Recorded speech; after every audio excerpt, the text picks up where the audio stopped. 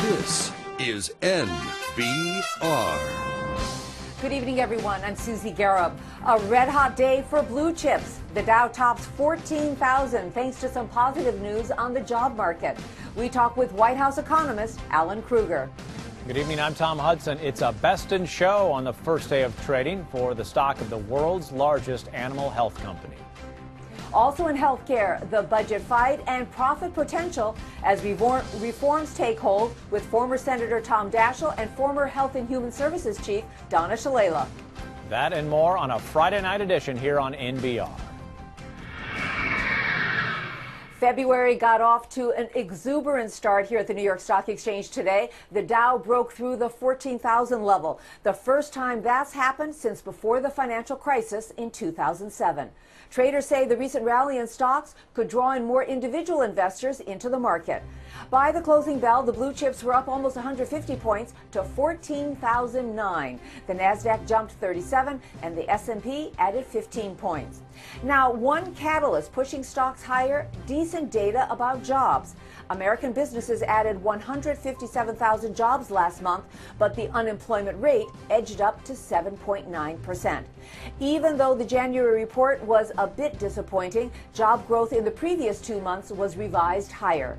Suzanne Pratt has more. Stuck in neutral. That seems to be the best cliche for the U.S. job market right now. The nation's unemployment rate has been lurking just around 8% for the last 6 months. And the number of new jobs created is barely keeping pace with population growth.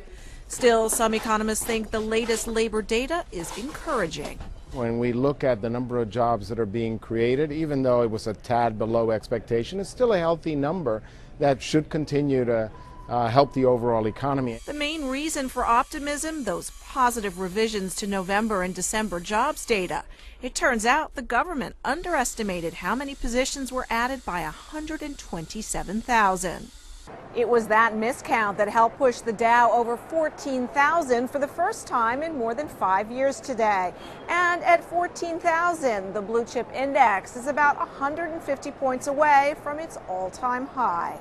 Market pros like Wayne Kaufman predict new highs for stocks in coming weeks.